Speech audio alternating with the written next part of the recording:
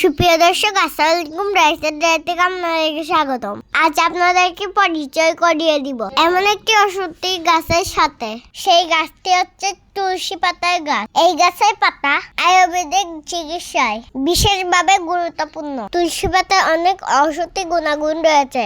তুলসী পাতায় রয়েছে জীবাণুনাশক, প্রদাহনাশক, রোগ প্রতিরোধ ক্ষমতা। এটি ঠান্ডা, কাশির, জ্বর এবং শ্বাসকষ্ট জনিত রোগে কার্যকর ভূমিকা রাখে। এছাড়াও রক্তচাপ ও হজম শক্তি বৃদ্ধি করে। তুলসী গাছ হিন্দু ধর্মে পবিত্র বলে বিবেচিত হয়।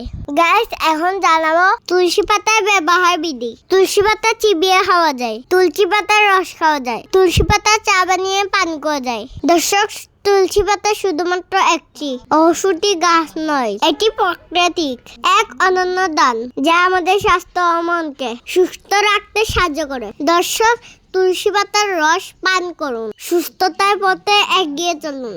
সবাই সুস্থ থাকবেন, ভালো থাকবেন। দেখা হবে নতুন কোনো ভিডিওতে। আমার ভিডিওটা লাইক করবেন, শেয়ার করবেন, ফলো করবেন। টাটা, আল্লাহ হাফেজ।